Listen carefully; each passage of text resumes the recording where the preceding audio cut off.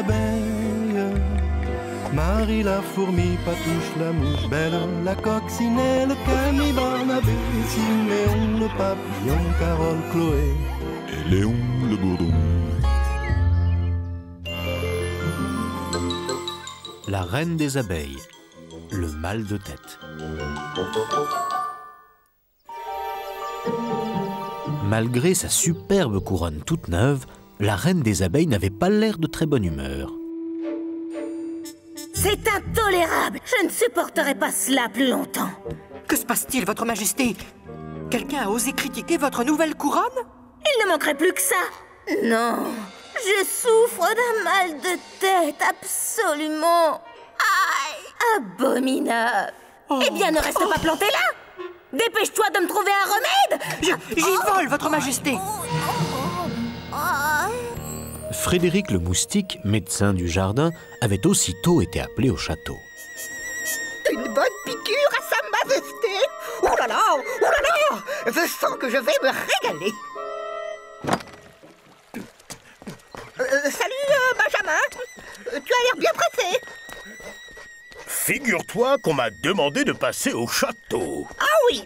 Et en quel honneur?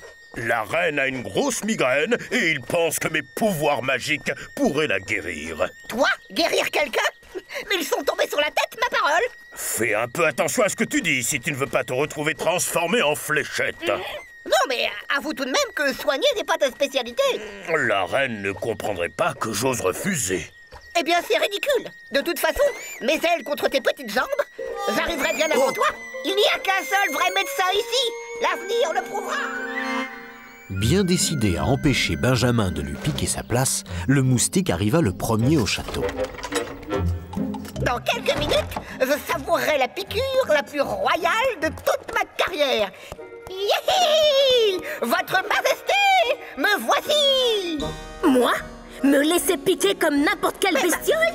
Ma majesté, c'est pourtant le remède le plus efficace. Taratata! J'exige un traitement à la hauteur de mon rang.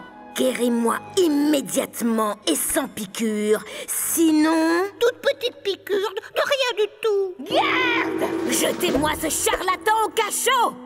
Je dois y aller, hein. J'ai d'autres patients qui m'attendent, mais je repasserai un peu plus tard. Ça lui laissera le temps de réfléchir à un remède vraiment efficace. Votre majesté, Benjamin le lutin vient d'arriver. Mais qu'est-ce que tu attends pour le faire entrer? Oh, Benjamin, par pitié, fais quelque chose. Je ne veux pas finir au cachot. Approche, Benjamin le lutin. Toi qui prétends avoir des pouvoirs magiques, délivre-moi donc immédiatement de cet atroce mal de crâne. Je vais essayer, votre majesté. Il ne s'agit pas d'essayer, mais de réussir. Si tu ne veux pas te retrouver au cachot, toi aussi. Benjamin, qui n'était en réalité qu'un nain de jardin, se concentra pour essayer d'activer ses soi-disant pouvoirs magiques. Bar tabac plat,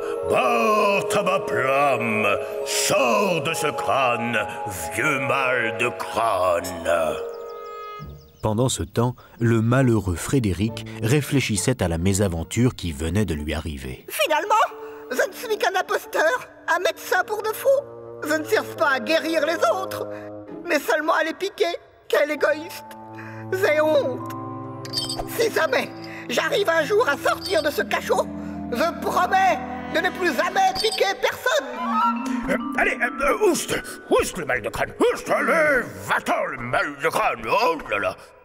Vous vous sentez mieux, majesté? C'est encore pire qu'avant, espèce d'incapable. Aïe! Oh, majesté, vous avez dû vous faire... Mais... c'est incroyable! Je ne souffre plus! Benjamin comprit alors que la migraine était tout simplement due au poids de la nouvelle couronne. Mais c'est normal, majesté. Quoi? Qu'est-ce qui est normal? Eh bien, votre nouvelle couronne était si grosse que... elle empêchait les ondes de passer. Comment ça? Lorsqu'il y a un obstacle, mes pouvoirs magiques mettent plus de temps à agir. Ah! Si vous voulez éviter de nouvelles migraines, je vous conseille de reprendre votre ancienne couronne. Vraiment? Oui. La protection magique que j'ai enroulée autour de votre tête va perdre de son efficacité avec une couronne aussi volumineuse. Soit. Après tout, c'est grâce à toi que je ne souffre plus. D'ailleurs, pour te remercier, je t'accorde ce que tu désires. La tentation de repartir les bras chargés de pots de miel était très forte. Mais le bon cœur de Benjamin finit par l'emporter sur son estomac. Eh bien, votre majesté, je souhaiterais que vous fassiez libérer mon ami Frédéric. C'est bon à rien? Pff, accordé. Pour s'excuser et le remercier, le moustique confia au lutin la bonne résolution qu'il avait prise dans sa prison. Toi, ne plus jamais faire de piqûres. Oui, mais dis-moi plutôt, comment tu as fait pour guérir la reine? Des pouvoirs magiques? Oh, tu sais, pour te dire la vérité... Dis, tu crois que ta magie pourrait m'aider à convaincre les gens de se laisser piquer? Mais je croyais que tu avais décidé d'arrêter. Oui, bien sûr, mais pas d'un seul coup. Ça serait mauvais. Écoute, je te promets que le jour où tes piqûres seront capables de renforcer mes pouvoirs magiques, j'accepterai de me laisser piquer.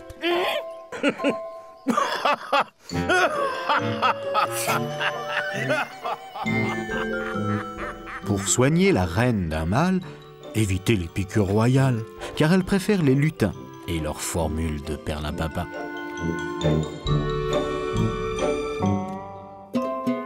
Allongez-vous dans l'herbe et regardez vivre ces drôles de petites bêtes. Loulou le pou et Mireille l'abeille, Marie la fourmi, Patouche la mouche, Belle la coccinelle, Camille Barnabé, Siméon le papillon, Carole, Chloé et Léon le bourdon.